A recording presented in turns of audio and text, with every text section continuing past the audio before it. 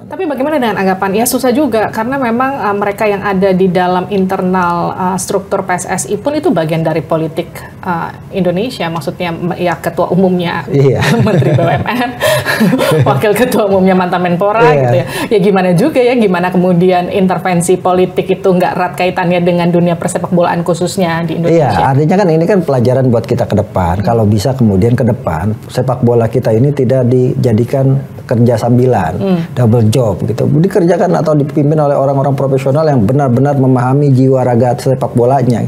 Jangan kemudian misalnya pejabat-pejabat yang kita belum tahu apakah dia benar-benar mau memajukan sepak bola hanya ingin menjadikan PSSI sepak bola sebagai batu loncatan politik. Nah, ini kan problem kita gitu. Selama ini yang masalah di sepak bola kita itu ekosistemnya.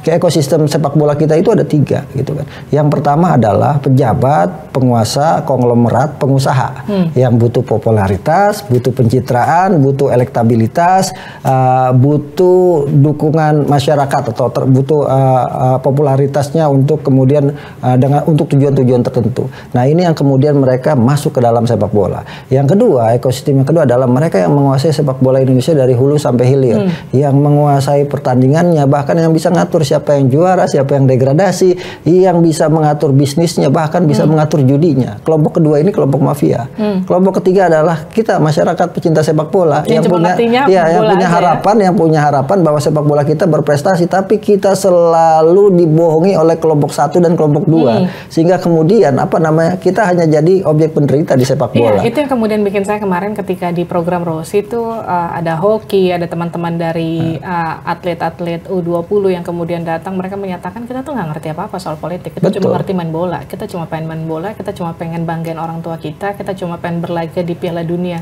kesempatan yang mungkin cuma akan ada sekali seumur hidup mereka. Indonesia masuk termasuk kita penggemar bola, kita kan akan jadi saksi sejarah untuk pertama kalinya Indonesia menjadi tuan rumah Piala Dunia, tapi akhirnya gagal semua. Dan yang paling membuat saya agak kecewa gitu ya, solusi yang diberikan pemerintah terhadap gagalnya kita tampil di Piala Dunia khususnya buat para pemain bola, solusi yang tidak masuk akal menurut saya gitu. Masuk akal gimana? Sekarang gini, cita-cita pemain bola ada Lionel Messi, Cristiano Ronaldo, cita-citanya bukan dia dapat gaji banyak gitu, kemudian bukan dia main di klub besar, cita-citanya adalah membela negara di sebuah event internasional Piala Dunia. Itu cita-cita terbesar seluruh pemain bola seluruh Indonesia.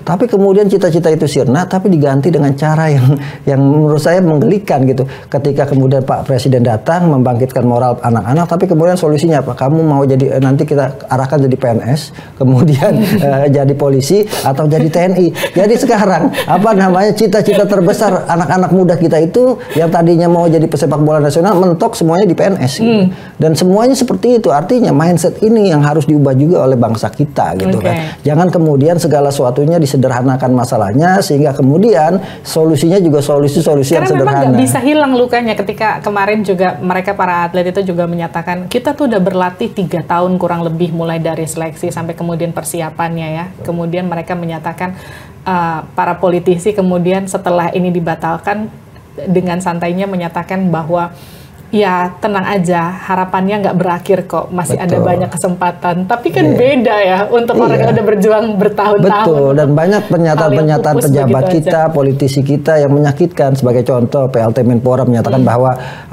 gagal ke Piala Dunia bukan kiamat, Piala Dunia bukan prioritas. Dia nggak bisa ngomong begitu karena dia nggak ada di posisi berjuang 3 tahun olahraga setiap hari. Bahkan si Hoki cerita sehari mereka olahraga bisa 4 kali latihan begitu selama 3 tahun untuk menuju satu gelaran yang akhirnya batal di depan mata ya. Iya, sampai kemudian dicatatkan ya udah kita nggak boleh patah semangat, kita harus bangkit. Permasalahannya tidak bisa semua selesai dengan kata-kata kecewa, sedih, marah, nggak bisa selesai dan kita harus kepala tegak, kita tatap ke depan, tidak bisa seperti itu. Harus ada yang bertanggung jawab. Jangan sampai kemudian event-event olahraga ke depan yang digelar di Indonesia semuanya luluh lantak batal digelar karena hanya pertarungan politik yang ujung-ujungnya tidak ada satupun yang minta maaf. Nah, ini kan pelajaran buat bangsa kita.